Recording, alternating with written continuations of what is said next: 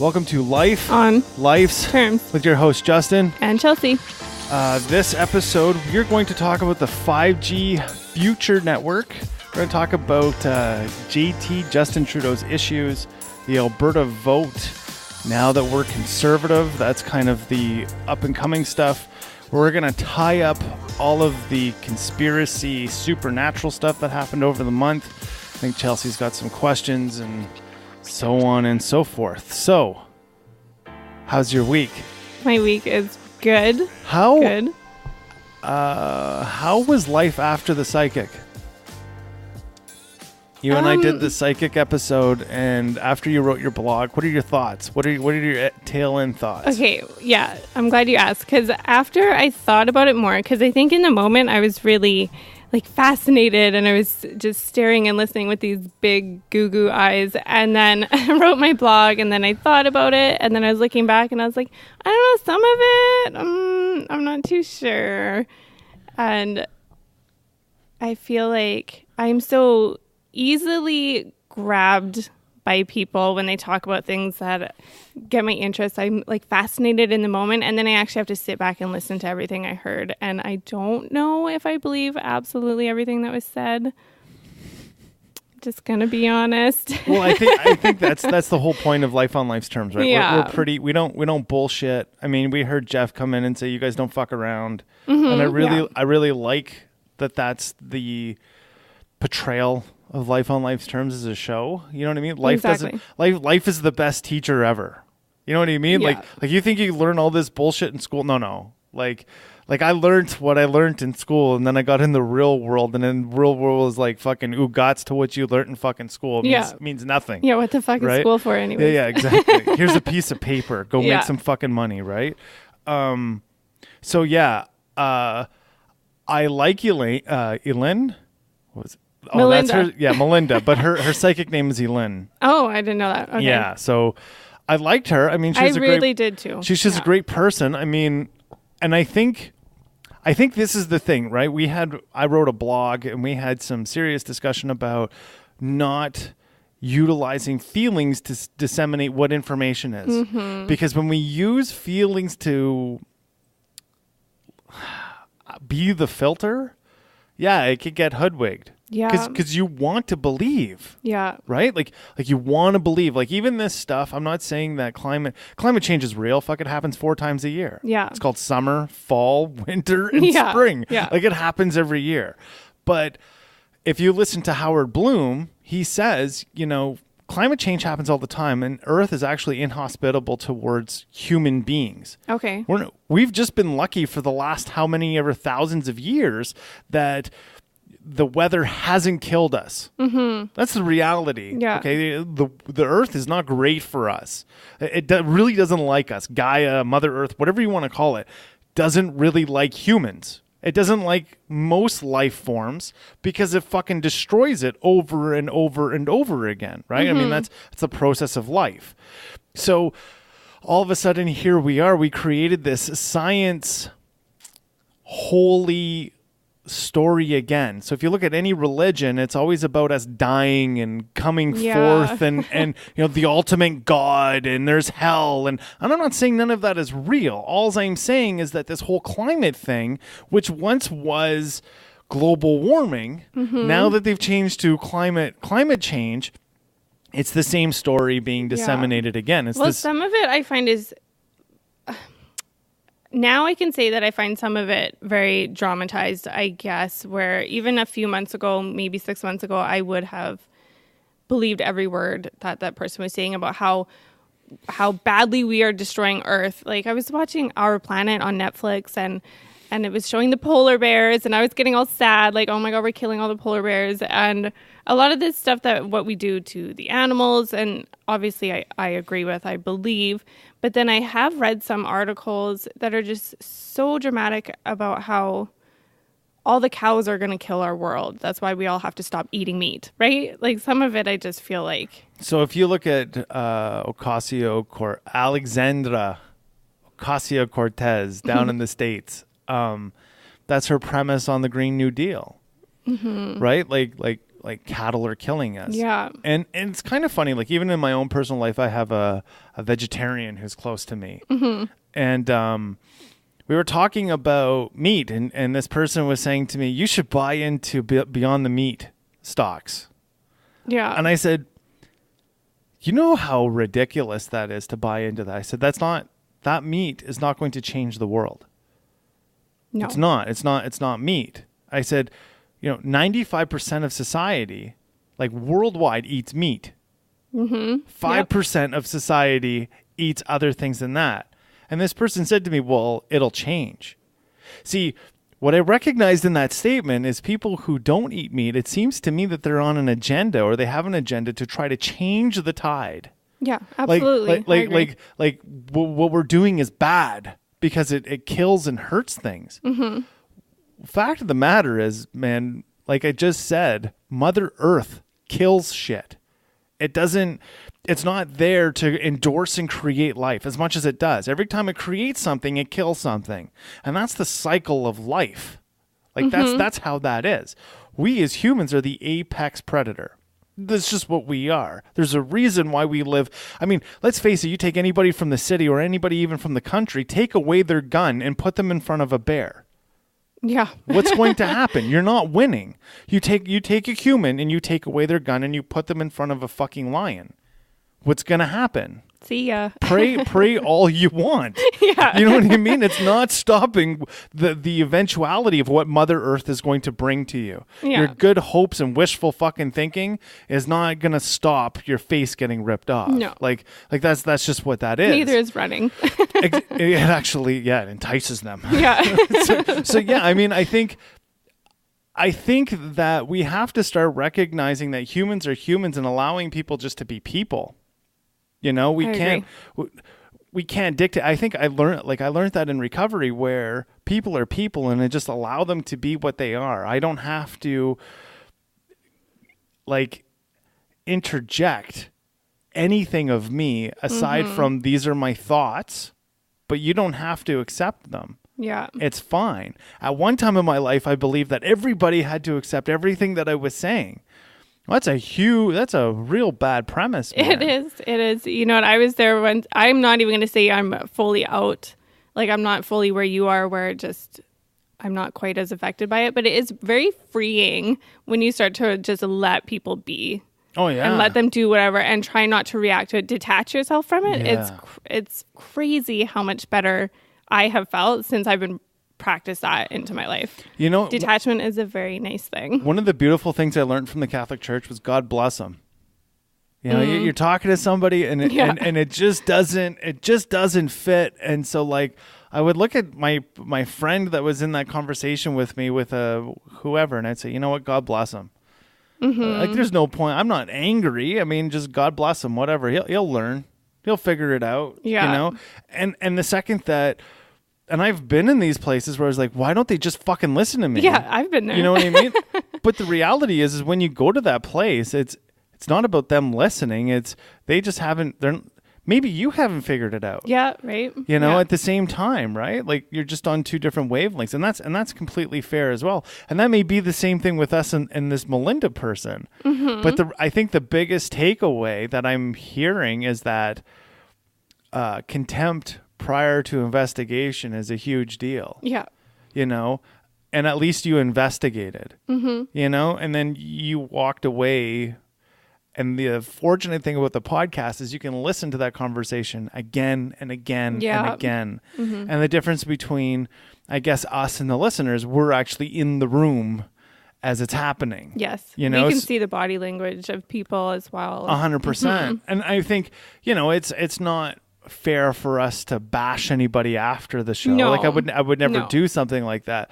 But I agree that even like afterwards, you and I had a conversation real quick where I sent you video of, I think it's from an ex-CIA agent that's talking about interrogation and how to actually use interrogation tactics. And then a lawyer, a famous Canadian lawyer, Manishee, I think is his name, Jeffrey Manishee, out of Toronto, where he talks about cross-examination.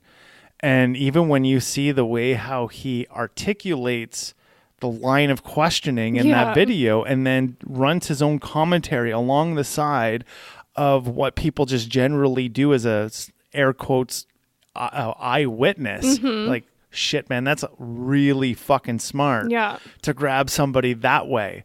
And when you realize that eyewitnesses suck. Yeah, like absolutely, they fucking suck. They you don't remember anything. No. Yeah, the way he rips that apart is like just the tiniest detail that you repeat wrongly a second time. Yeah. And he boxes you into, is it the truth? Yeah. Right? And he says it just like, is it the truth? Like, he doesn't say in your belief, in your opinion. No, is it the truth? Because we're in court, and that's what we're looking for here. We're looking for a dissemination of actual guilt, right? Yeah. But so he's a defense attorney. He's not a crown. And when you look at the conviction rate in Canada, it's like 95%. 95% conviction rate. And when you see the onus of responsibility of convicting somebody, it's staggering how much the Crown or for our American friends, the district attorney, which is the same thing for us here in Canada, what the responsibility is. Yet they still get a 95% conviction rate. You know, in Canada, so if let's say you're questioned in China. So you go through that line of questioning about criminal activity in China. 89% likely you're going to be charged. Okay. America is 91% likely you're going to be charged. Canada, 94% you're not walking out of the interrogation room. Like, that's how fucking that's crazy. Like, when you walk into the interrogation room, you're sold, son. Like, you got a 6% chance of walking out. And Like, I'll tell you something, in Canada, the only 6% that walk out are the people who call their fucking lawyer as they're going in. I was just going to say that. like, I don't give a shit if it's who it is. Just don't get a say lawyer. anything except call your lawyer. Otherwise you're screwed. Yeah, exactly. And it's pretty fascinating. Like, again, back to that conspiracy thing, that's what we're up against with the government in Canada, right? Same thing with Australia. Australia has a high conviction rate on interrogation as well. China, that's fucking communist, lets more people out. They could be paying bribes. I mean, I don't know why their stat is so low. Yeah. But they also have a bigger population than we do. Yeah, much right? bigger. so I mean, it's probably not like shooting as many fishes in a barrel. Yeah. Right? So your takeaway with the psychic was to dive deeper into investigation after or prior to the show? Because in the future, maybe prior to. I agree, but do you really know what they're gonna say? No, that's the tough part, right? So and then I just know I get so wrapped. I know that I did get so wrapped up in when she was here.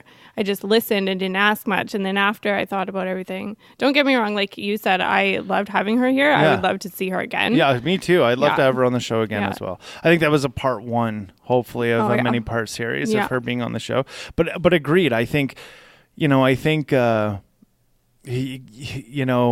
can get wrapped up. And if to be partisan, so to say, or not swayed, unbiased, like I said, man, if you know you can believe it, you want to become the biggest skeptic in the world. Yeah. Because it's your integrity that's at stake.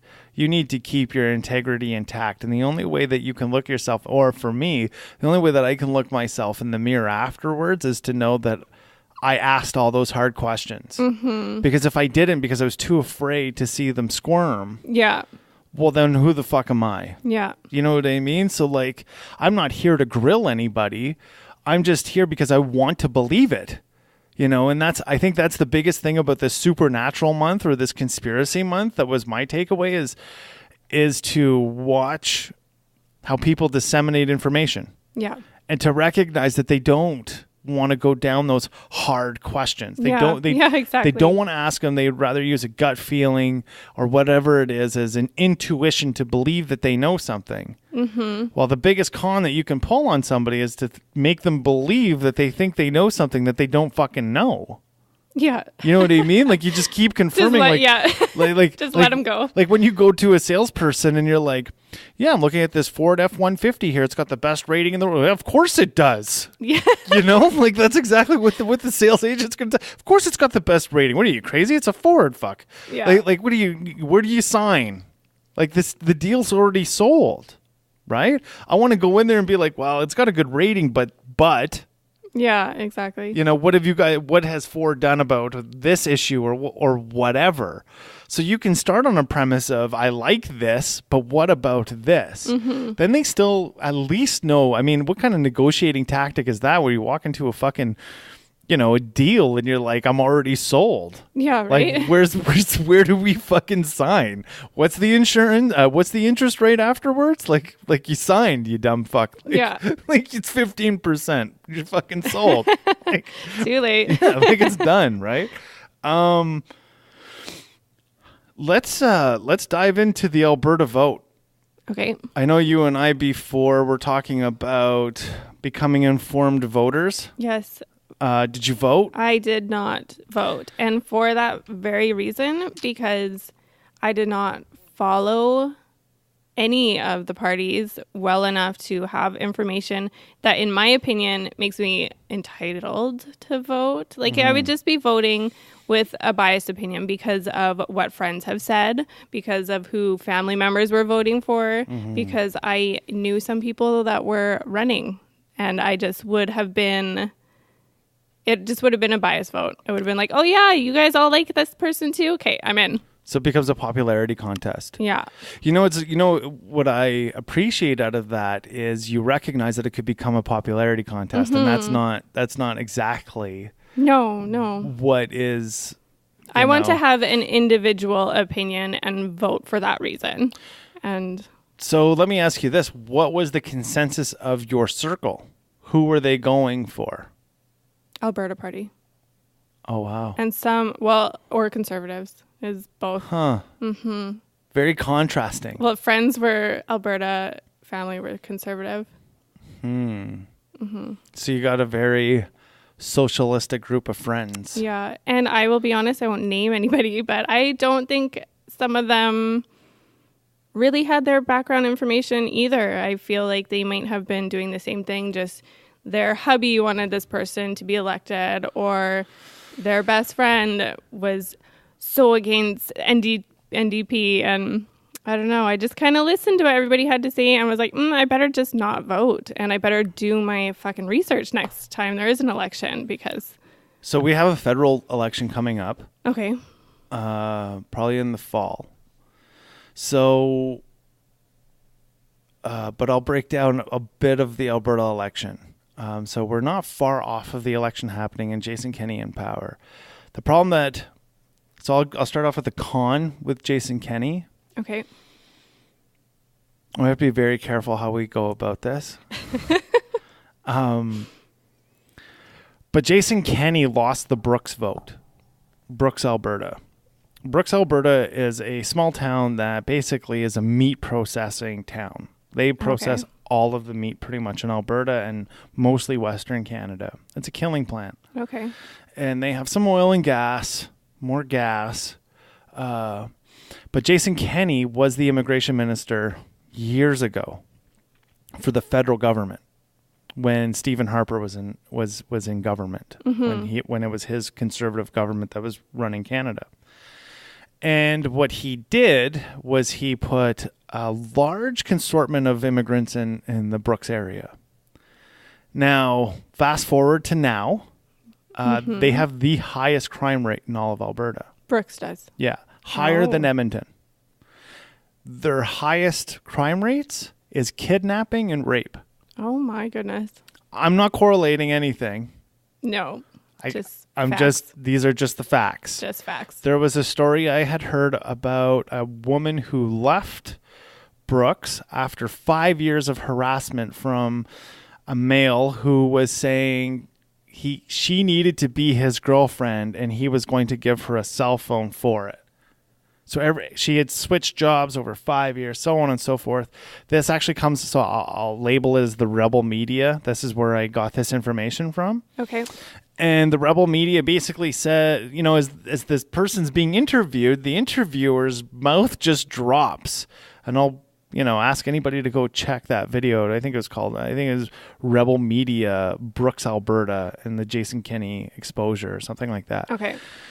And the girl who's talking about this with a blurred out face literally says to the interviewer, honey, this isn't just one story. This happens every day, 20, 30 times a day in our community. We're a community of 5,000 people, and our children aren't on the street anymore. Oh, my God. Like, we keep them inside, And so Jason Kenney lost that vote because of what they perceive to be his policies that he mandated in that geographical area. Right. Now, Rachel Notley lost Calgary because of her policies on gas and oil. Mm-hmm.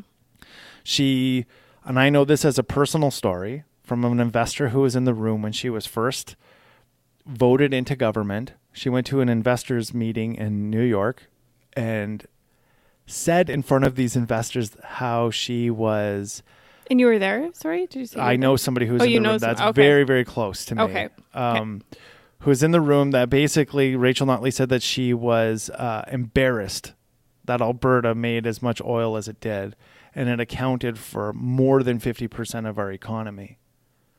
Wow. And then Shell walked out of Alberta with $87 billion in an upgrader we didn't even hear about. They just left. Shell doesn't exist in Alberta anymore. Mm-hmm. Okay. Husky is owned by China.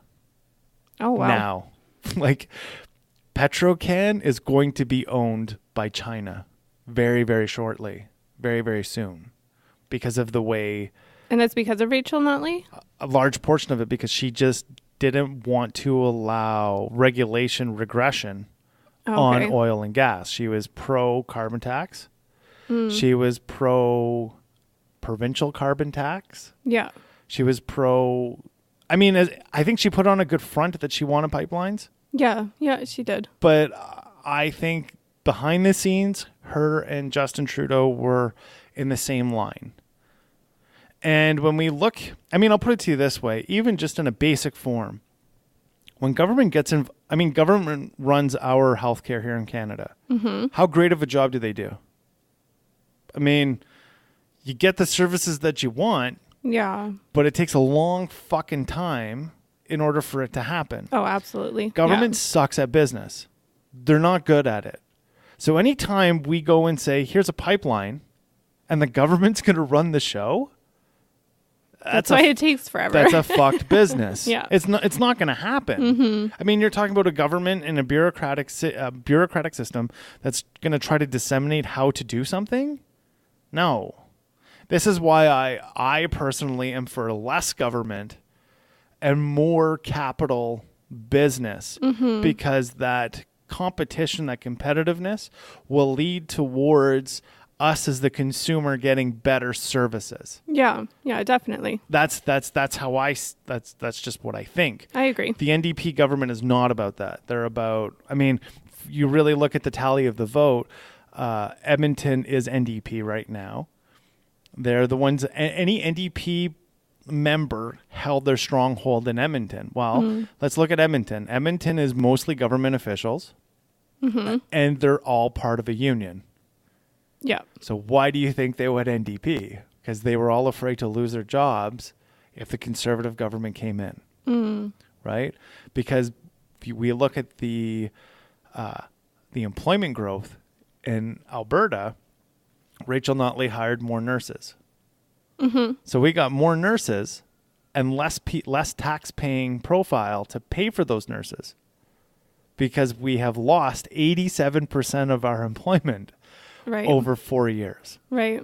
There's just no oil. There's no that's our bread and butter in this province. Yeah, definitely. So now we have government bureaucrats, nurses. And I'm not saying that we don't need them.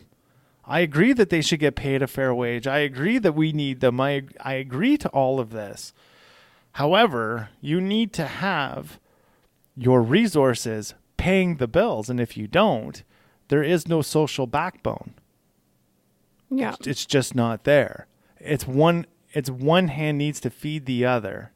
And when one is bigger than the other, taxpayers just can't pay it. And we end up running a massive deficit. Like Alberta owes a lot of money right now. I will be surprised if we get out of this without a provincial sales tax. Really? You think? I'm serious. We owe a lot of money. We owe a lot. Who'd you vote for? So I was actually out of the province. Oh, so you didn't vote? I couldn't. I was literally I'm really out. surprised by that. I guess if you weren't wanted here, to. I wanted to. Who would you have voted for? I would have went. See, I don't like Jason Kenney. Yeah. Well, personally. I'm sure you're not the only person. And I'm not an NDP fan. Right. Either. I did business. So I can actually confess this now. I did business as a not-for-profit with the NDP government, who jerked me off for about 2 years. And when finally it came to making things happen, they all of a sudden forgot my fucking phone number. And the reason why they forgot my phone number was because Sarah Hoffman, who was the health minister at that time, lived 3 minutes away from my halfway house. Oh. So she shut my funding down. That's what she did. Flat out. There's no reason why we couldn't. We had a building with the permit. We had the city on board. We had everybody on board. We just needed some funds in order to get things going. And they said that my board was not accountable enough. Oh, yeah. But my board has been around for 3 years, and they've been in the industry that we were working in for a long time. And so that made me very biased towards the NDP. And the other problem with the NDP, where they lost a lot of votes, is they said a lot of things to a lot of not-for-profits and never... I mean, it was the going joke in the not-for-profit world that they just lied to all of us. Right. False promises. Yeah, they didn't deliver anything. Anything. I mean, I'll put it to you this way. Medicine Hat here in Alberta has eliminated homelessness in their community. And they are true through and blue, flat out conservatives. Right. Okay. Here in Edmonton, we have been gaining in homelessness. Yes. Homeward Trust comes out and says that it's decreasing. Yet the Edmonton Police Service says that there's more people living in the River Valley now than ever before. I believe it. Well, even off air, I mentioned to you how shocked I was and how I've been noticing lately. I just see homeless people way more frequently than I used to. And like to see a man in a suit standing next to a bum downtown is a completely 100% normal thing. To me, in my opinion. I mean, I just feel like it's way more... Like, I don't feel like I was blind to it before. I feel like you've always seen homeless people, but I just feel like I see it in various areas of the city where maybe it wasn't so common, right? So I think the other thing, and I'll ask you to look at this in order for us to have a future conversation about it. Yeah. So we obviously have here in Edmonton a harm reduction agenda. Mm-hmm. I've been working in addictions for a while. I agree with harm reduction. AA, Alberta, Alcoholics Anonymous, talked about harm reduction years ago. Me as an alcoholic, I need to have alcohol in my house. Mm-hmm. Why? In case there's a sick alcoholic coming down, you can't just stop. No. You know, a lot of people do not believe that. People think that is an outrageous thing. No, you can die. I have been that alcoholic coming off of booze with nothing to drink, and I wound up in the hospital. Yeah. It's a very dangerous thing, and it's a very real thing. So that's harm reduction. Mm-hmm. Harm reduction in the AA philosophy, whether it be heroin or alcohol, is the process to become abstinent. Yes, exactly. However, nobody's really nailed down harm reduction as a definition or utilized philosophy in Edmonton. So each agency runs their own philosophy on harm reduction. Now, what I'm going to push you towards is to go watch, I think it's a movie called, or a documentary called Losing Seattle. Okay. I could be wrong. I'll Where would I find I'll it? get you to put it on your blog, actually, the actual video. It'll be on YouTube. Okay. And there's also one about San Francisco. Okay. Now, both those videos, actually both those places have had a harm reduction policy in place since the early 2000s. That's where the model of harm reduction comes from. And we're going to see what's happened in those communities over 18 years or so, 10 to 12 years, I guess, of what harm reduction has done to the community. And you're going to see the end result because they're already in the end result. Mm-hmm. And that's exactly where we're going right now. That's where Edmonton is going. Is it a bad result? It's not great. Yeah. I mean, I'm not going to say exactly where I worked, but I worked in a place where we did needle exchange. Okay. It wasn't 1 for 1. You give me a needle, I give you a needle. No. It was, don't give me anything, and I'm going to give you 20 needles. Oh.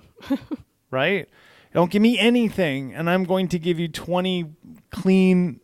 I mean, I agree with it because it stops, to a degree, AIDS and HIV and hepatitis C, so on and so forth. Mm-hmm. But then you walk in the streets and you have fucking needles littered everywhere because people, I mean, the studio's in the ghetto and it's right across the street from a school that I walk through to pick up needles.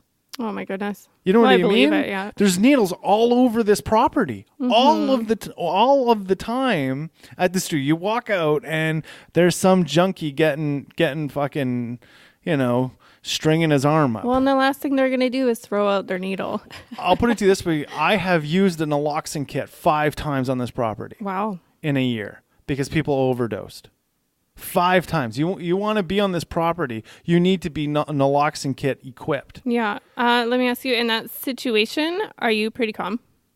Is it just now? Is it you just do what you have to and react later? I've been working in the field for a while. I guess, yeah. Right? And being an addict, I mean, you know how many times I've walked over a body in my active addiction? Like some guy, dying basically in a shoot-up parlor?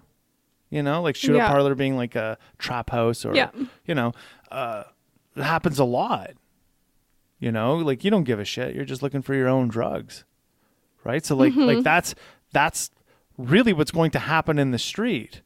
Yeah. And you're going to see this more and more and more in the downtown core of Edmonton. And the police are going to they're already in Edmonton starting to get restricted on what they can do. How so? Well, like restricted as in help out less, or restricted as in stop arresting them. Okay. Stop putting them in jail. Yeah. I mean, Kenny and I before talked about many times that jail doesn't do anything, and I agree, it doesn't. Yeah. It doesn't do anything. But you could turn a fucking unit of a jail into a treatment center. Yeah. And you're still housing. I mean, that's effectively what a jail is. You could go here in the Edmonton area. We have a jail called Fort Saskatchewan Correctional Center. You could totally turn one of those units into a unit that disseminates reintegration into almost like a halfway program that we do in the federal system. They just choose not to do it. In your opinion, why don't they, or why isn't that being done? Because to me, and I won't speak for other people, but I can say personally, some people that I know would have the same question as to why not. That just seems like the smartest thing to do is have an area like that in a prison. I think one of the reasons is, unfortunately, all provincial systems try to endorse people to become indictable federal inmates. And there's more of a robust program and financial gain for them to go through the federal system than the provincial system. Mm. The provincial system makes money. It's an industry. There's a reason why they build new facilities. It's not because the old facilities were shit. It's because in the Edmonton area, we have a brand new remand center. Yeah. Do you think that they're really trying to knock down crime? Fuck no. They're trying to keep that place full. They're not trying to keep... That's 2,000 people, men and women, who are waiting to go to court. They're not even sentenced. Think about that. I guess, yeah. Think about that, right? We don't even have that capacity to deal with those convictions in the provincial system. Like we don't have that many cells. So it's crazy. So we couldn't even deal with that. Right?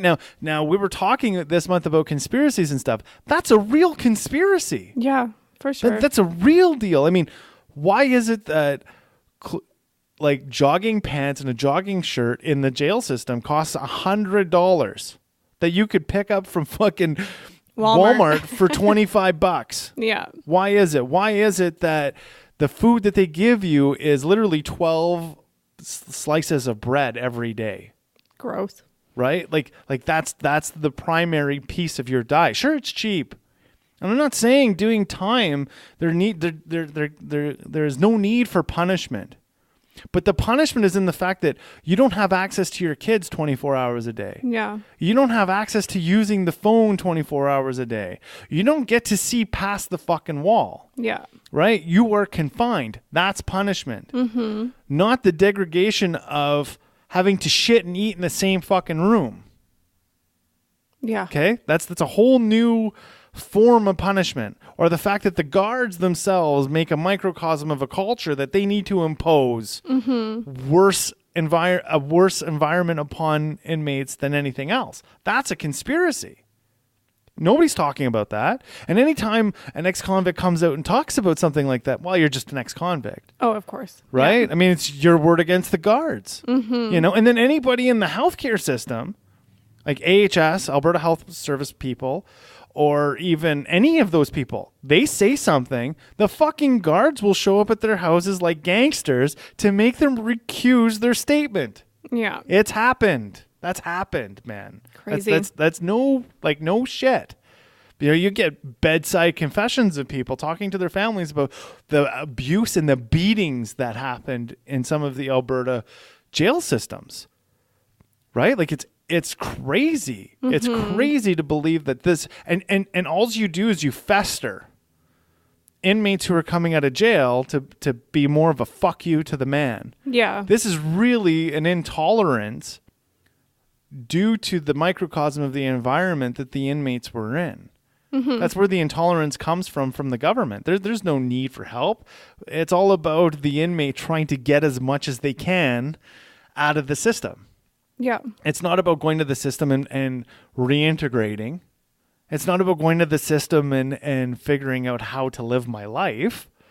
That's not there. Instead, the system itself instigates a culture of a bunch of people who say, fuck you. And we need to keep them in that social milieu in order to run this thing called the prison industry. Yeah. And we just run them through. There's a reason why. It's just bullshit. well, and there's a reason why there's a recidivism rate of over 90%. Yeah. I mean, of course, yeah. If you didn't have that, you wouldn't have all the guards working for the fucking jail system. Yeah. Right? You have to have that. So that, in my opinion, is a real conspiracy. Mm-hmm. You know, that's a microcosm of our own environment. So when I look at political parties where this whole entire piece came from, I look at what their reform is for prisons, because there's an old saying that basically used to say you can tell a government by the way they treat their inmates. Mm-hmm. And that's the way how they're going to treat their society. Yeah. And that's the truth, man. Like, go to the shittiest countries in the world and look at how they treat their inmates. Their inmates. Whew. It's horrible. Yeah. Right?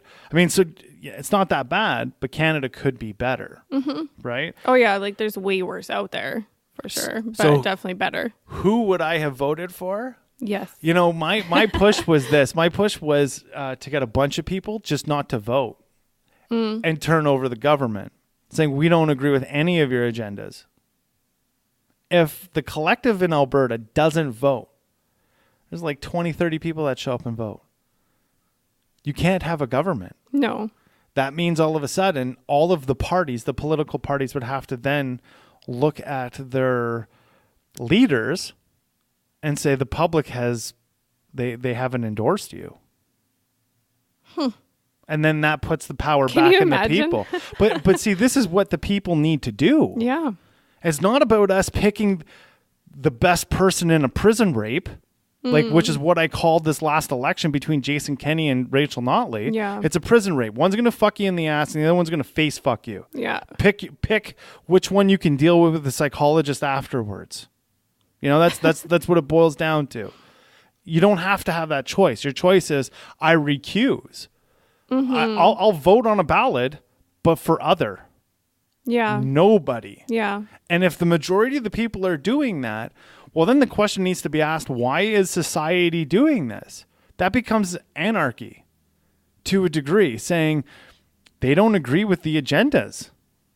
Or maybe they agree with the agenda, they just don't agree with the leader. But this is where the collective, this is why I like America to a degree when they have the republic. That's the whole ideology of the republic. When you look at France and Napoleon was the republic. He toppled the royalty in France. That's what he did. He chopped their heads off. Yeah. And he became the royalty. That's effectively what he became. And then he was overturned. Right? So like in that capacity, Canada is in the same place. I mean, it's not, I pick this agenda over this agenda, or I can deal with this more. Fuck that. You deserve all that you can get. Yeah. Instead of settling, just picking because you have to pick is how. Because settling is giving us more and more of what we've got. Yeah. Right? JT issues. So we're going to talk about Justin Trudeau a little bit. All right. Because we are coming up to a federal election. What do you know of him so far? Just that everybody hates him. But why? I can't say everybody. A lot of people dislike him. And I don't know. I don't even follow it anymore because all I see are bad memes about him on social media. Well, that's the thing, right? Social media, you and I were talking about this prior to the show, is that it just pushes to you what social media's algorithm thinks you're going to like. Yeah. And then it becomes a fucking feel good. You're not actually looking for information. Yeah, exactly. Right? It just becomes, shared post after shared post after, yeah. It's popular. It's got to be It's right. got to be true. Right? Yeah. Like, what the fuck is that? Yeah. That's no good for anybody, right? Exactly. I will confirm, though, Justin Trudeau is probably the worst prime minister we've ever had in Canada. I mean, I can tell you from the financial advisement world, it's horrible. We actually have a short bettor right now who's going against Canadian credit. And if he is right, Canada's in big trouble. Yeah. Real big trouble. I mean, I forget his name, but he just produced his thesis 2 weeks ago on shorting out Canadian credit. Jesus, crying out loud, if he's right, man. Canada doesn't even know what depression is. And it'll happen in the next 9 months. Oh my goodness. Yeah, I want to read this thesis. It's pretty scary. Well, you can hear it. I'll send it to you. Okay. I'll send it to you. It's pretty wild, but I think that's the place where you got to start from. Like my partner hates it when I watch the news. Yeah. Because I'll watch Fox with her, but then there's other times I'll watch CNN. Mm-hmm. I'll watch Global and CBC, and then I'll watch The Rebel, and I'll watch some InfoWars. And between all of it, you kind of get what's really happening. Kind of. And being a guy who invests money here and there, political references play a huge part in where money is spent and where money isn't spent. And there's a reason why Jason Kenney said Alberta's open for business now. Because he's pro. I mean, as soon as he was voted in, the stability of Alberta went up 4 points. Yeah. Just because people knew that they could bank on him for the oil field. Yeah, yeah. Oh, for sure. Like it happened right away, right? 5G future network. Another conspiracy topic for Canada.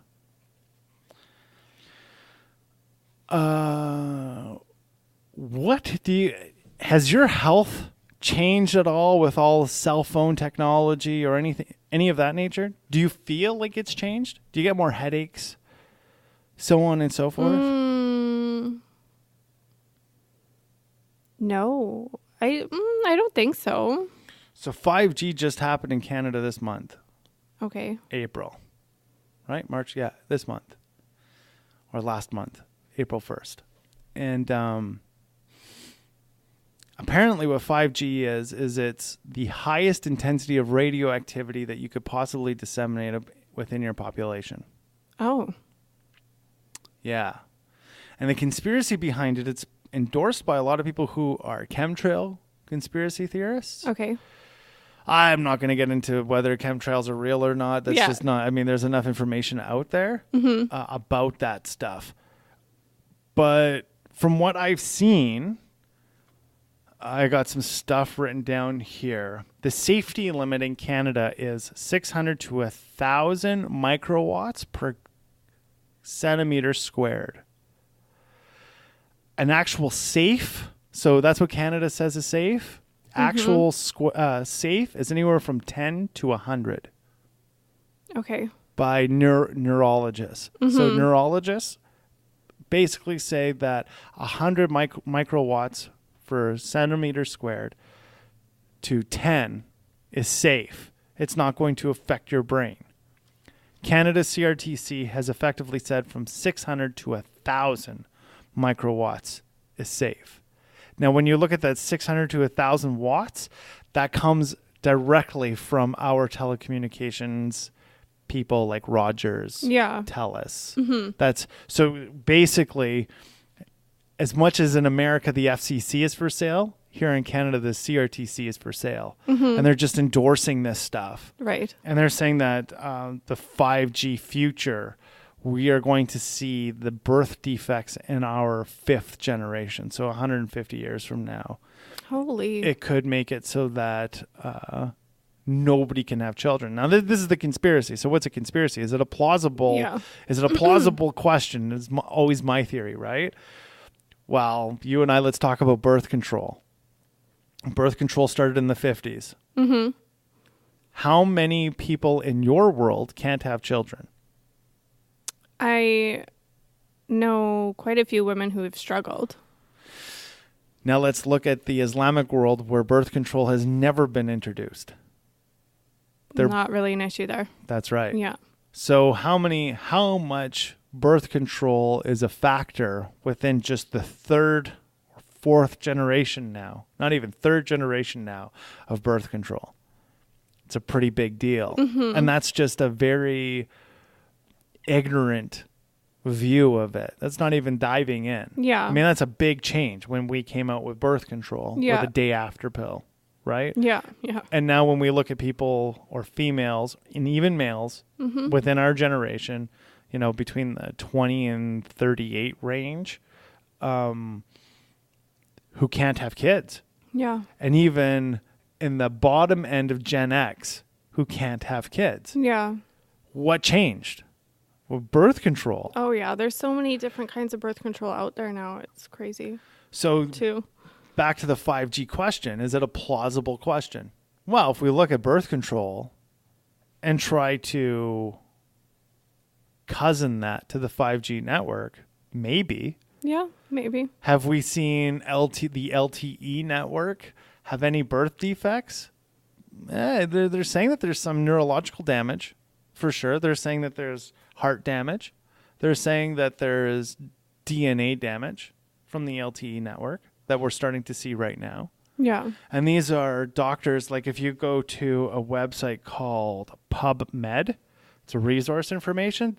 They will dive into this so deep. It's pretty crazy. And these are all doctors out of Harvard, Yale, who are taught. I mean, these are reputable people. These aren't just like some homeopathy that's like, it's fucking bad for you. These are real doctors, right? Who are saying how bad this stuff is. Now, is it really?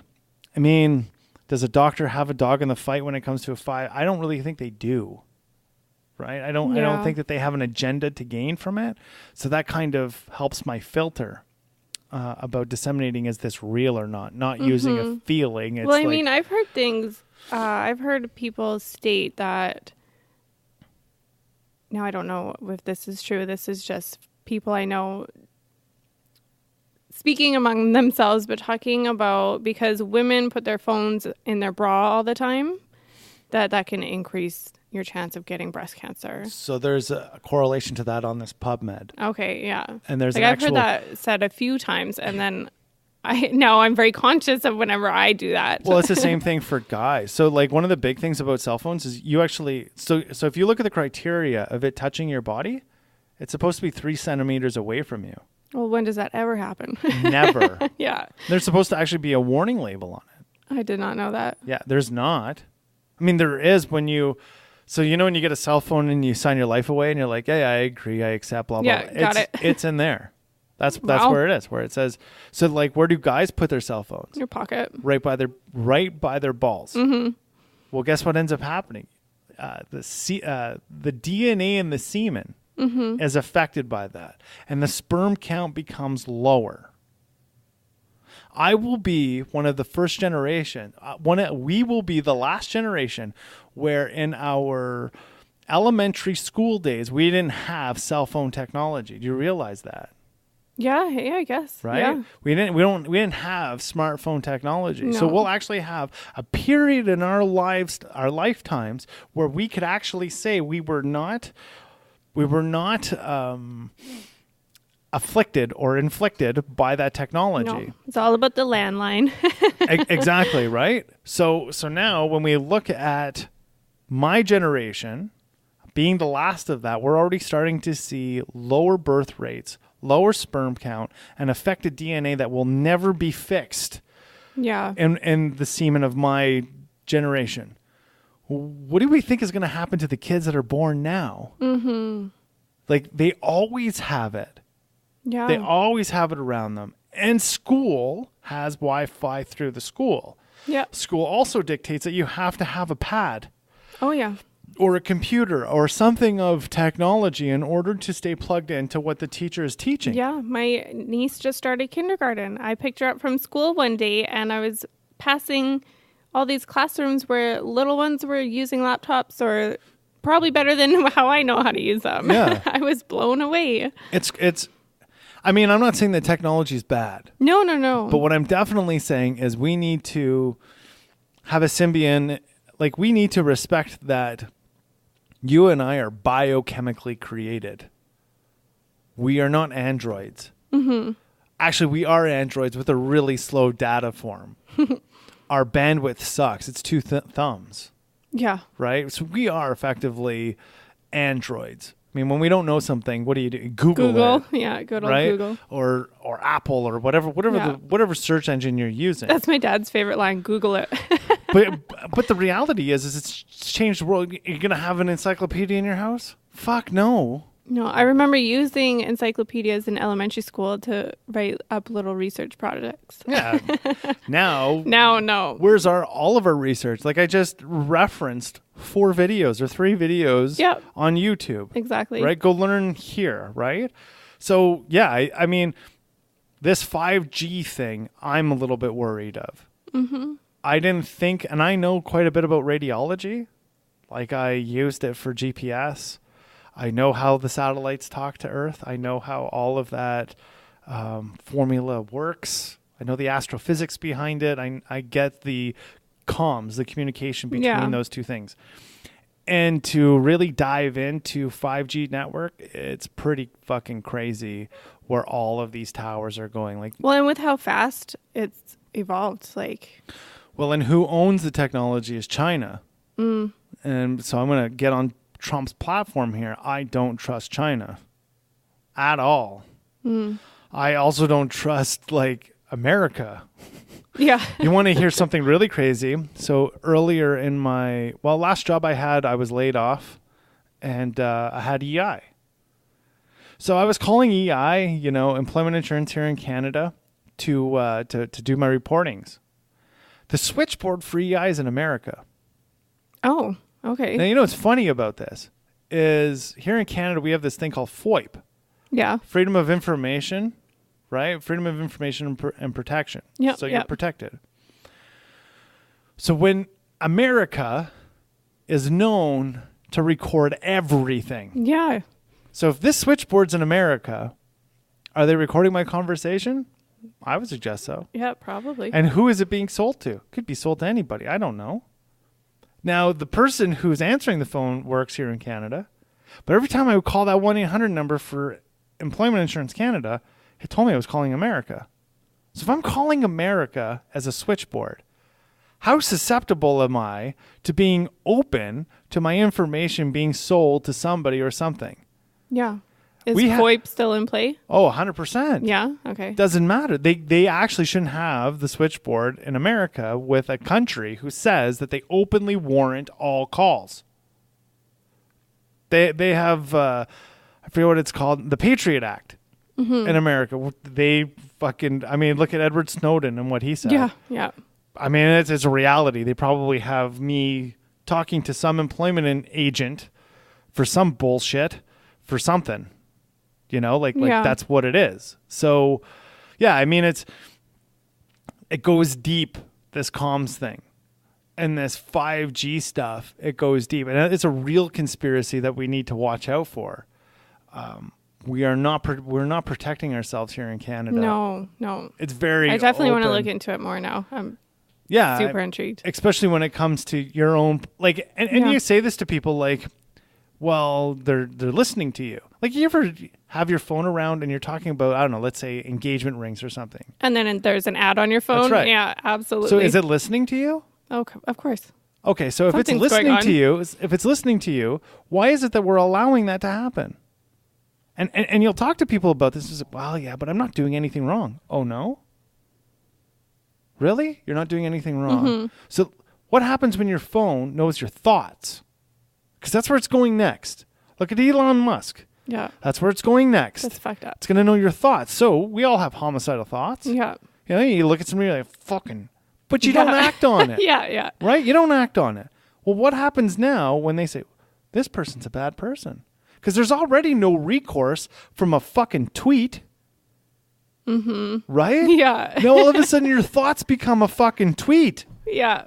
Right? Same shit. There's no recourse. Yeah. And you tweeted it, fuck. and this is yeah, exactly. And this is the other thing that blows me away is we've employed the police and policies to police what we deem society, like the laws of society.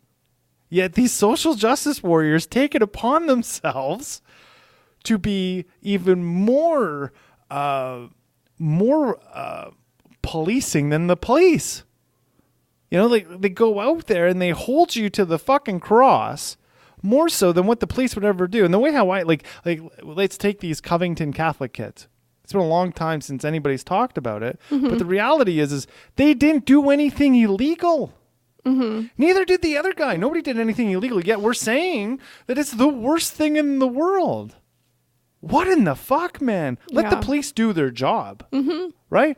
That's what we hired them to do. They're biased as fuck. Don't get me wrong. I mean, here in Canada, you don't want to get caught in the downtown quarter looking like a bum. Yeah. Like that's probably not a good thing. You'll get carded. But the police are just trying to do their job as effectively as they can. And for us as people, for people to become some SJW and be like, I know what's right. I know what's morally right. And I'm going to fucking lynch this guy publicly. What the hell, man? Yeah. No, that's crazy. And now with this 5G network going on, making things faster, it's nuts. And then the birth defects and all the health crisis that's coming from it. Yeah. It's unreal, right? I think you were talking before. You were looking into the podcast about when Kenny and I were talking about giants. Yes. And I think this is some of this. So the stuff that I brought forward about the 5G network, just a little bit of stuff. There's a whole bunch. Yeah. And you were one of those things I'll have to dig deep on. And that was like at the beginning of the month, I was listening to your guys' episodes. I don't know. I think I was second or third one in. And I actually called my sister and I was like, with the way this month is going, I don't have a clue how I'm going to fucking contribute because I don't even know anything about giants and like that as an example. Yeah. And then I went, of course, good old Google, and I just typed in giants, and there was an crazy amount of information. There's a crazy amount of links. There's ones that are, of course, this is a true story about giants, and look here if you want the real facts. There's so many resources, quotes, that were true that I would just close the browser. I was like, I'm not even going to look because I'm going to read an article that is going to grab me. I'm going to believe every word of it. I'm going to start sharing these stories with people. And then I'm going to read another article 2 days from now that will completely debunk that one and make it not true. and I won't know what's fact, what's fiction. There's just so much information out there. Well, I think you validate what I was trying to articulate, and that's there's so much disinformation. Yeah, absolutely. That I mean, Bob Lazar. We had the psychic on. I was talking about Bob Lazar. Yes. I'm encouraging you once again to watch that movie. Mm-hmm. I got it for 2 days and I watched it 7 times. Mm-hmm. And he said it best. As much as we thought before you could do, like in the 80s is when his story came out, Bob Lazar, but working for a location close to Area 51 where he was working on alien spacecraft. And I am willing to endorse that. Like really, I am willing to endorse that he was probably there and he probably worked on alien technology. Mm-hmm. That's tough for me to say. Yeah. The reason why it's tough for me to say is I want to believe it. But secondly, because I know I want to believe it, I'm the biggest critic of that thing because it's my integrity that I need to keep intact. Yes. Right? So what I feel like you're validating in saying this is that, and especially what Bob said, he said, back in the day, it was hard enough to figure out what was bullshit and what wasn't bullshit. Now, with the sheer volume of information, there's bullshit all over the place. Yeah. And I said this to Kenny on air. The CIA hires people to write bullshit. Yeah. So that you're not looking at the fucking truth. Yeah. Make the truth hard to find, right? That's right. And it's right in front of your face. Mm-hmm. Hitler did that all of the time. All of the time throughout World War II.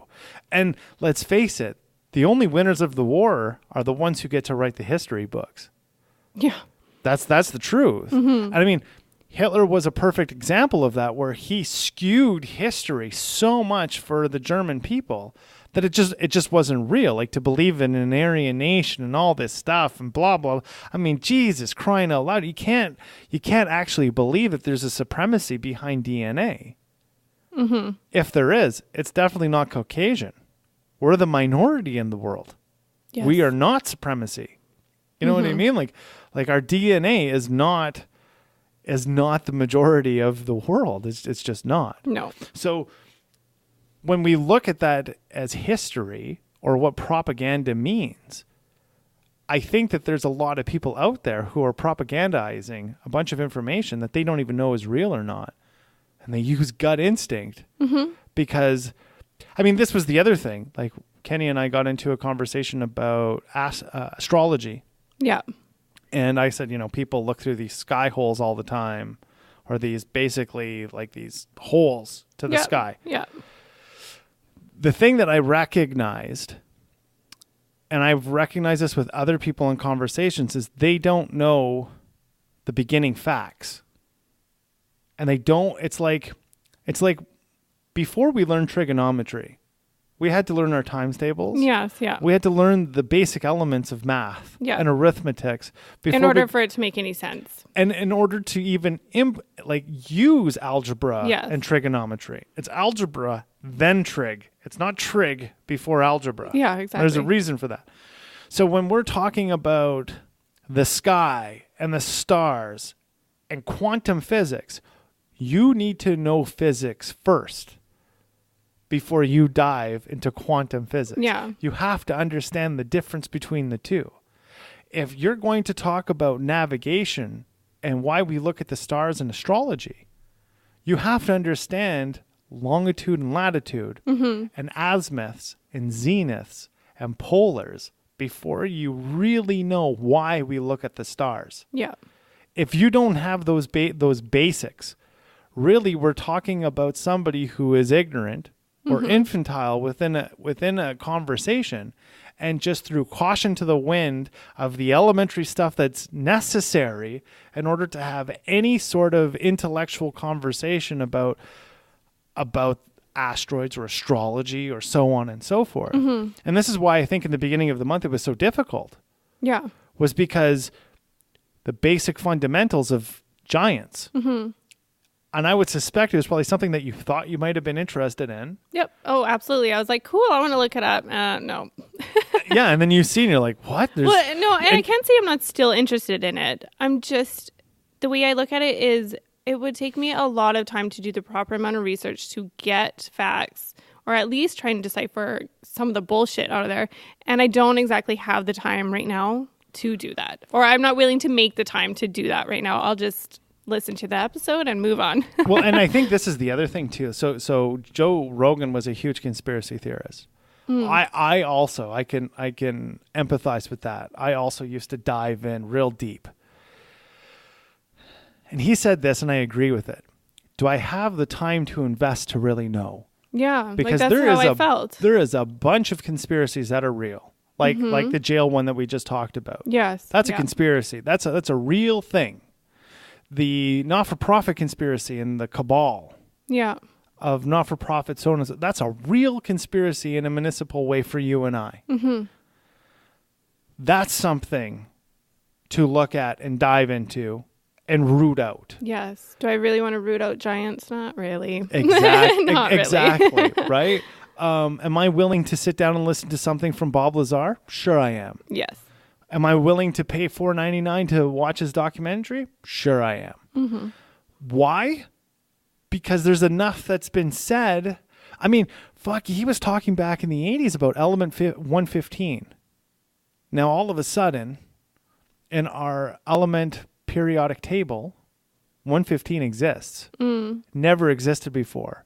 Why is it that they came out with element 115? And he was talking about this back in 88. Yeah. Right? I mean, little things that he said has been validated over time because they just couldn't hold it anymore. And yet in the beginning they were saying, no, he's just a bunch of bullshit. Okay, so that's a one-off. But are they using that as a shill? They as in, like I had suggested, they as in CIA, blah, blah. Are they using that as a shill in order for us to go, maybe this giant shit's real?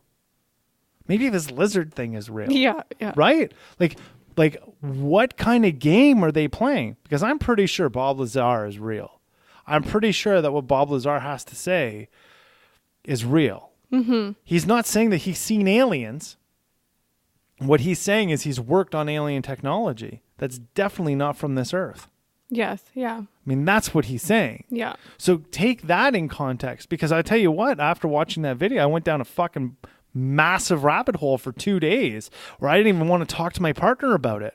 So that she'd think I was fucking crazy, right? Like here I am looking up fucking lizard people and shit. I'm like, this is David Icke is still fucked in my mind. Like this is not World War II Nazi shit, fucking lizards and stuff. Come on, it's just too fucking far fetched. Yeah. Right. So I mean, that's the place where I went to. All from Bob Lazar, but I think that's the engineered result that that's very easy for that to happen. Exactly. Yeah. And like I said, I'm the guy who wants to believe it. So here I am confessing this on the air, but I'm not bringing any of the information that I supposedly learned because it felt right. Yeah. I mean, just because it feels maybe right. Who gots if it's fucking real? It means absolutely nothing. Yeah. So, yeah. I mean, I definitely learned that. What are some of the biggest takeaways that you got out of the Conspiracy Supernatural month? Well, when we discussed this as being a topic before we actually started the month, obviously I had way different ideas of what was going to be said. I didn't know that we were going to be talking about half of the stuff that was discussed. And I was thinking, fuck, I watched too many horror movies. Like all I was thinking, I was just picturing all these horror movies I watched. Now I realize I was just thinking paranormal stuff. Oh, yeah. And, and then just pretty much what we were just saying, if we are going to do this again next season, let's say this, then I obviously have a lot of preparation to do and less horror movies to watch. Well, and I think that's the other thing too, is when it comes to this month, we almost have to pick very broad specific areas. Yes, it was very broad. I mean, when we did diet and nutrition, if we look back at that, I mean, diet and nutrition, we did get fairly specific. Yeah. We knew that it was going to be wide. Yeah. The consensus that we came to though was that it was very spiritual. Yes, yeah. Same thing kind of with Startup Month. Yeah. There was a spiritual element that happened because of the entrepreneurial spirit, so to say. This month, there's no spirituality as much as we thought that it might be there. No, not at I all. thought it was, especially with the paranormal. Yes, yeah. I think really the underlining tone that happened through all of this is how to disseminate information. Yeah, I agree. Yeah. How to break it down, how to use your bullshit detector and all that stuff. And make sure you're knowledgeable. Yeah. You know, I think that's the big thing, because when you dive into conspiracies, man, I mean, it goes deep. Like next year, I actually anticipate going into the child trafficking stuff. Is where I think I'm going to go. I don't think I'm going to talk about this alien stuff. I might give it to you or another blogger or something, if you guys want to pick up that axe and grind it. The meditation stuff that I learned with alien thoughts coming into my mind because they're foreign through meditation was pretty fucking wild. Like the blog that came out yesterday. I didn't read it yet. Yeah. It's pretty... I go into what each piece did for me. Like I did because I have meditation that I use four pieces, like silent, mantra, body scanning, and what was the last one? I forget the last one now. Because mantra, body scanning, it eludes me now. But I use it in a practice like over and over again in one full meditation. Yeah. And what I did this time was I took each piece individually and broke it down. And where that actually came from was when we had David Schmidt on the show, and he was saying, remember he was saying the eat thing? Yes, yeah. That's what I did with the meditation. So smart. And I saw what each piece was giving me. Yeah. Right? And, the last one's breathing. Yes, yeah. That was what it was. So, I mean, when I sit down and incorporate all four, it's usually in one session. But instead I broke each one down. And this, like, as we're doing this, I'm working on the breath thing right now. And I've written the blog. And it was pretty amazing to see what that would do. Because I looked at an internal alien. Yeah. Is the way how I saw that, right? Internal supernatural. There was healing capacity out of a body scan. My ankle doesn't hurt anymore. You know, nice. Was that from the body scan? Was that from the magnesium and the float? Yeah, I don't know. Who knows, right? Combination. But it worked, right? So yeah, I think I like using a body scan to fall asleep. You know what? As you're saying this, I think my problem with meditation because a lot of times I find myself resorting back to guided meditation because I keep getting, I guess, those alien thoughts coming in. I just find my mind wandering, where it never used to. I used to just be able to do my own thing. And in these last couple of months, I haven't been able to because my mind wanders too much. And as you're talking about breaking it down into four, I don't think I'm doing all four at once. Like the breathing and the body scan, I'm doing like one at a time, and it just doesn't seem to work. Maybe that's my issue. So I think the only reason why I'm able to incorporate all four for a long time, I didn't practice. Well, yeah, I didn't even know I was doing it. Right. And then all of a sudden I was like, oh shit, but I'm doing that. Before this month, I was like, I'm doing that. The other thing too, that I referenced a lot was Shambhala, this book called Shambhala. Yes. I would love to read The it. Path. I'm almost done it. Okay. I'm done it. And so I'll pass it off to you. It was well worth the read. It was amazing. And like I said, it was one and the same as the AA program. Yeah. There's no difference. The terminology is a little bit different. However, the practice of it is the same practice. The ruthless, intense honesty that you need to have with yourself in order to have that. That's why I was saying that, like, be prior in the show about integrity. Yeah. That's why integrity is so important for me. Is because if my integrity is not intact, my honesty is also off gauge. And if that's off gauge, I'm in big trouble, boy. Believe you me. I mean, relapse road is like fucking tomorrow. Yeah. Right. So that's basically what that Shambhala thing was reinforcing through that entire book was what is reality, what is not reality, what's wishful thinking, and what's positive. Because there's a difference. And I wrote this in the blog. I don't want to give too much away, but I wrote this in the blog where I said the difference between wishful thinking and positivity is positivity has a goal and the ability to happen. Wishful thinking is a hope. I might win the fucking lottery. Yeah. right? That's not necessarily something that's going to happen. And to believe that you can will that, okay, well, like willing somebody else's actions, that's crazy. Is wishful thinking. Well, that's like and that's like you and I when we were talking about, I wish they would just fucking listen to me. Oh, well, guess what that is? That's wishful thinking. Yeah. Right? I wish. Yeah. There's for premise of the statement, right? Like, yeah. So, I mean, and to think that we can will that to happen, we're playing God. I'm not God. I may be in his image or its image or whatever that may be. But the fact of the matter is I know when I meddle in something and I manipulate it, I fuck it up. I fuck it up every time. If I just let it be exactly what it's supposed to be, it's better than it's ever been before. Yeah. So what I've recognized is the Justin factor is a really shitty factor. And the only factor that I can represent or present is my ability to not engage in a manipulative way, but instead to like add to and not deprive. Because the second I try to manipulate or will something, in my opinion, I'm adding into depravity. Yes. Yeah. I'm not looking at what I can provide. As hard as it may be to do, sometimes it's better to just let things play out how they're supposed to. That's because really that's what affords us the ability to overcome adversity.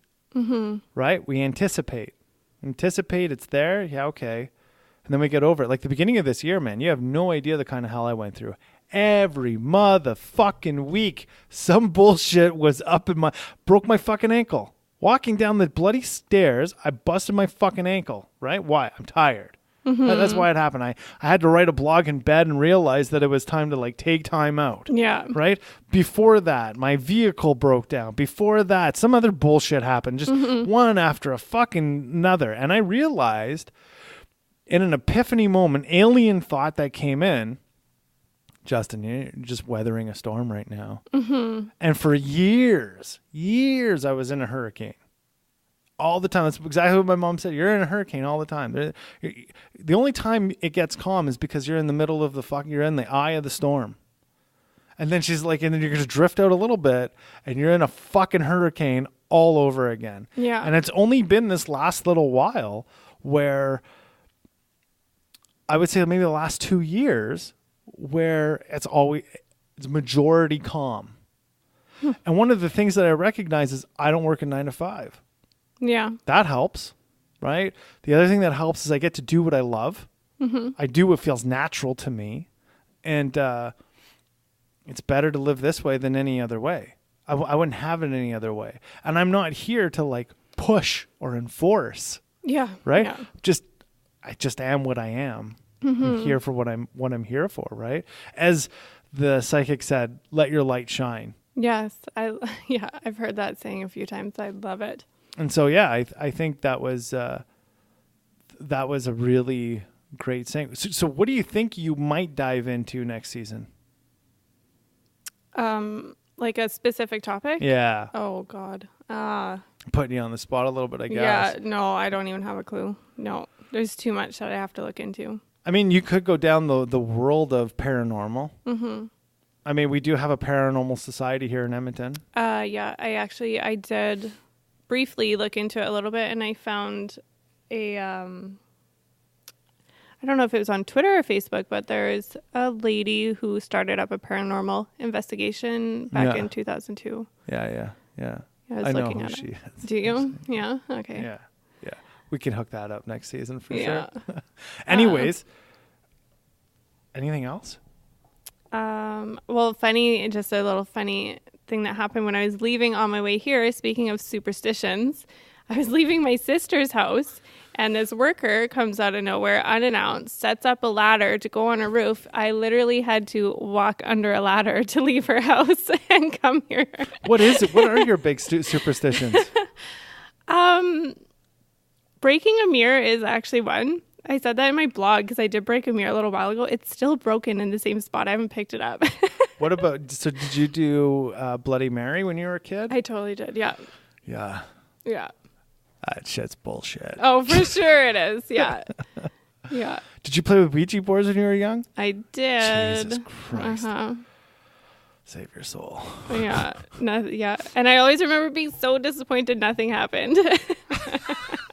Isn't that funny, right? Isn't that funny? It's kind of like, it's so scary, but then you're like, what the hell? but you know you're a drug addict when? Yeah. Right? like you haven't even done them yet. Yeah. Yet you're already like with the supernatural, you're flirting. And you're like, adrenaline's going. Yeah, so excited. Like you didn't even try. Like, what the fuck's wrong with me? Am I like that much of a fucking heathen that like even the devil himself just rejected? Like, what the fuck, right? Yeah, no. Yeah, I'll tell you this: when I was in prison, I definitely felt a negative, or jail, I guess. I felt a negative release when I was in jail. Yeah. Yeah, like for sure when I was in the lifestyle, I was a minion for evil things. 100%. I'll ask you a question. Do you believe there are demons living in human bodies? 100%. Yeah. As a discerning priest or an ex-discerning priest, there are things that I cannot talk about. Yes, I believe that. Because I haven't been released to talk about them. That's real. Yeah. And I will say here in Canada, the most prevalent issue is people don't understand how would I put this? Old rituals. Not Catholic rituals. Well, some. But like rituals that come from other cultures. And what they can conjure. Like I said, you don't know what's talking to you. Yeah. And when I say that, most people, their eye, just like your eyes did, they get big, because you have to recognize and accept that if there's a good, there's an evil. Yeah, exactly. And if there's an evil, the only thing that we've ever really been told is that that evil has been deceiving for a really long time. Yeah. So if we accept that premise, you've accepted that you're gullible. And if you've accepted that you're gullible, you know that you're naive. That's the epitome of naivety. Yeah. So if that's the case, could you be gullible into doing something evil while thinking that it's of a positive benefit? 100% you could. So this is what I use, and I've said this to addicts many times, because I honestly believe that the program of recovery is a program of exorcism to a degree. Exorcism in the word of exercising something negative out of you. Yeah. Before you go to make a decision, you need to ask yourself 3 questions, and you'll never go wrong this way, ever. You want to know God's will or the higher power's will for you? You wake up in the morning, and you say your prayers and you say, just let me be in a place where I can provide assistance.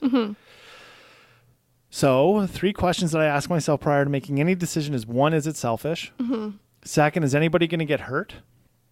Third, will anybody learn anything out of this aside from me? Because you don't matter. You're going to learn no matter what. You're a filter, right? Yeah. And your filter's always constantly learning. So is anybody going to learn anything from me doing this? Not saying that you're interjecting. No. It's a learning capacity of togetherness. It's walking into the unknown and being breached. Now, this is a 3 out of 3 question, not a 2 out of 3. Yeah. Not a 1. All 3. Yeah, it's 3 out of 3. And if all 3 consistently point you in a positive way, Geronimo. Yeah. I've heard you say that before, and I've actually used that sometimes if I'm second guessing myself or a decision, or I use those 3. I use that even in decisions I think are right. I will go back and use that, because it's never proven me wrong. It's always put me in a place of optimal input. It's always allowed me to be subjective to what's happening without being a complete control freak. And it allows me to accept that even though it's out of my control, it's going to be okay. And then I can move through it. Yeah. Right. So yeah, I would suggest that to anybody. Those are the three golden questions. And if you can answer those, and it's all yes, there is no yeah buts. It's all yeses or it's all no's. Yeah. And it has to be that black and white and that matter of fact. I mean, God bless. Go do what you got to do. Yeah. You know, go be happy. Go pursue that. Right. And I mean, even when I started my first not-for-profit, what did I learn out of that? I learned a lot. Did I lose financially? You betcha. I mean, it's a not-for-profit for a reason. Yeah. You know? But yeah, I learned a lot out of it. Same thing with the podcast.